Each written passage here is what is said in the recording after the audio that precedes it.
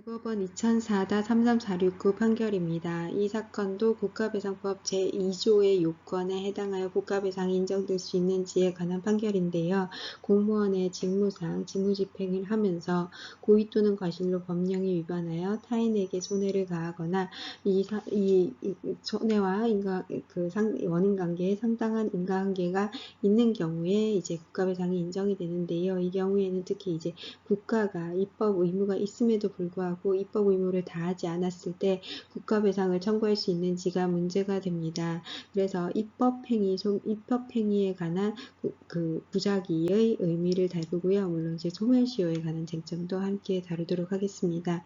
1951년도에 이제 거창군 신원면 일대에 지리산 공비들이 이제 경찰 등을 습격을 했고, 그다음 피고인 대한민국에서는 이제 지역 주민들을 포함한 그 지역에 대해서 거창 지역에 대한 이제 여러 가지 사살 사건이 발생한 사건입니다. 이 사건이 있고 난 뒤에 이제 51년도에 진상조사당이 구성이 되었지만 실제로 제대로 이제 조사가 이루어지지 않았고 않았습니다. 그리고 난 뒤에 이제 1951년 5월 14일 날 국회에서는 책임자 처벌에 관한 결의문을 채택을 하고 재수사를 하게 되었습니다. 하지만 이에 관해서 아무런 법령이 만들어지지 보상에 관한 내용들은 구성되지 않았고요.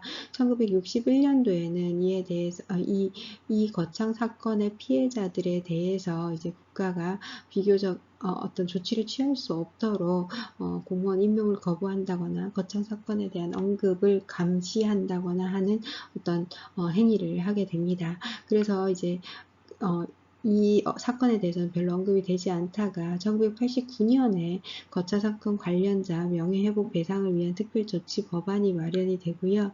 되었습니다. 그런데 이 법안도 92년도에 국회가 임기 만료로 폐기될 때까지 이제 발효가 되지 못하게 됩니다.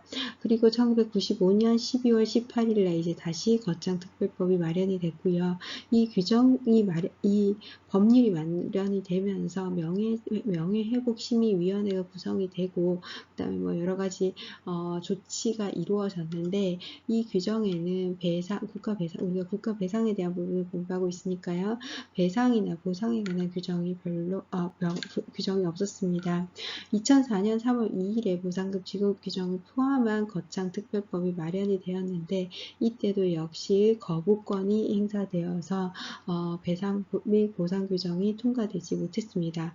결론적으로 51년도에 있었던 사건이지만 뭐 여러 가지 정치적 상황이 변화에 따라서 특별하게 논의되지 못하였고, 1995년도에 이제 법률이 만들어졌지만 배상 보장 규정이 없었고요. 그 다음에 2004년도에도 보상금 지급 규정이 들어간 법률이 통과되지 못했기 때문에 결론적으로 입법이 이루어지지 못했습니다. 이에 대해서 원고 측은 2008년 대법원에 제기한 소송에서 군인들의 불법 행위로 희생자들이 사망을 했는데 특별한 법률상 규정이 없더라도 국가배상법 제2조 일반 규정이 적용이 되어서 국가배상이 인정이 되어야 한다고 주장을 했는데요. 피고 측은 두 가지 주장을 하게 됩니다. 첫 번째는요, 일단 시효가 도과되었다는 겁니다. 그래서 우리가 일반적으로 국가배상법 제2조의 금전배상 책임은 국예산회계법에 따라서 5년간의 소멸시효가 적용이 되지만 이 사건은 법률에 특별한 규정이 없기 때문에 3년 민법상 소멸시효 기간이 3년이 적용이 된다라고 얘기를 했고, 그래서 이 3년의 소멸시효가 도과가 되었다라고 주장을 하게 되죠. 그리고 두 번째는 배상보상특별법 제정은 국회 입법적인 결단이다. 특별법이 없는 상태에서 시효가 도관된 상태에서 국가배상법을 적용할 수는 없다라고 원고 측에서 반론을 이제 제기했습니다. 우리 대법원은 이제 소멸시효의 기산점 부분, 그리고 신의칙 및 권리남용 해당성 부분, 그리고 배상 청구권에 관한 부분에 대해서 판단을 했습니다. 그리고 이제 입법 부작위에 관한 국가배상의 인정 여부, 가장 중요한 쟁점에 대해서도 판단을 했는데요. 먼저 소멸시효의 기산점에 관련돼서는 국가배상법 제2조 그리고 제8조에서 국배법에 별도의 규정이 없으면 민법이 적용된다고 하고 있고, 이 민법에서 소멸시효의 기산점에 대해서 규정을 하고 있기 때문에 민법에서 정하는 소멸시효의 기산점 두 가지, 가해자를 안다는 것, 가해자를 안 날, 그리고 손해 및 손해 및 가해자를 손해를 안 날이죠. 그렇죠? 손해를 안 날에 대해서 규정을 하였습니다. 그래서 첫 번째, 공무원이 공법상의 근무관계에 있으면서 그리고 이러한 이 당해의 불법 행위가 직무집행을 하면서 이루어진 경우에 가해자를 안다라고 볼 수 있고요.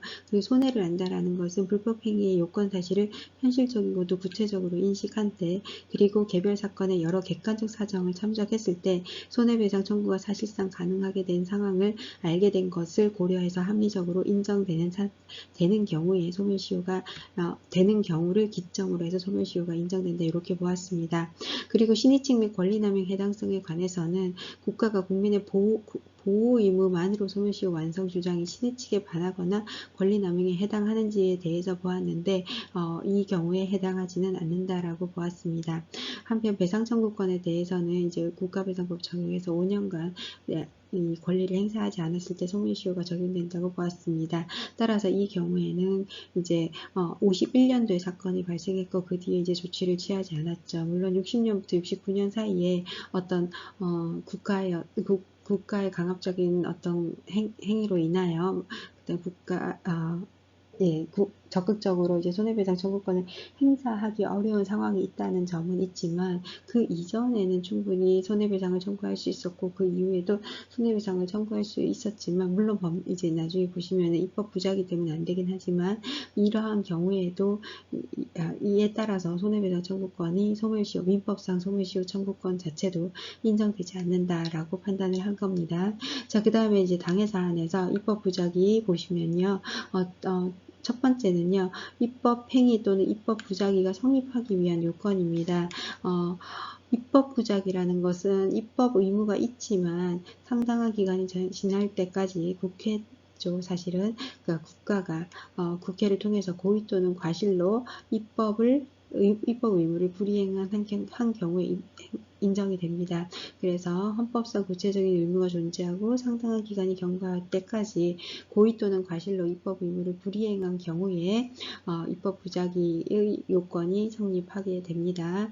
자, 그런데 법률안을 심의하거나 의결한 것만으로도 신뢰 이익이 있느냐? 이건 아닙니다.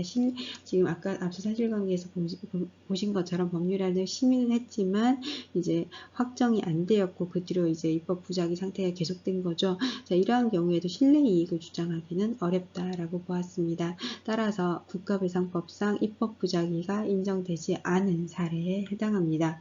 사실상 입법 부작위는 판례로 인정되기가 굉장히 어렵죠. 그렇죠?